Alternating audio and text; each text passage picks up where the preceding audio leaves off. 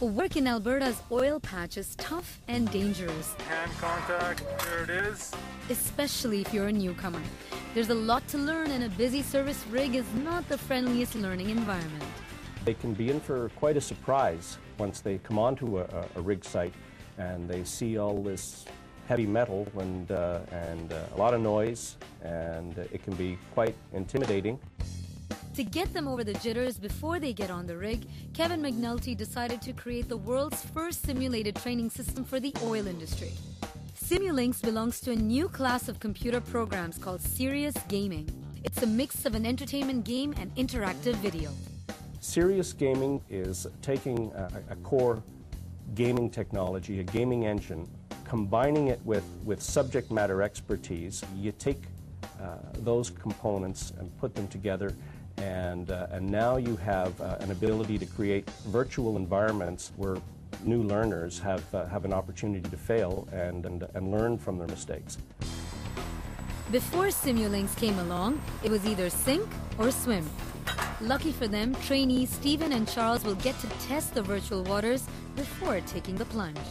We all learn best from mistakes, and unfortunately those mistakes can cause us damage or injury. If we can create that environment where they can make mistakes safely and learn from them, then that will go to far greater length in terms of understanding the task. It can be a matter of life or death.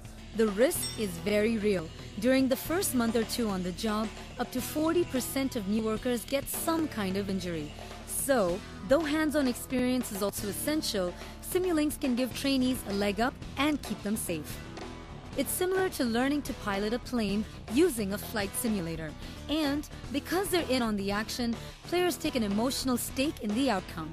It tends to walk you through step by step, as opposed to just getting thrown out into the field and being yelled at about a dozen times to do 10 different things. So if you do this, then you kind of know what's coming first and which way to do it right.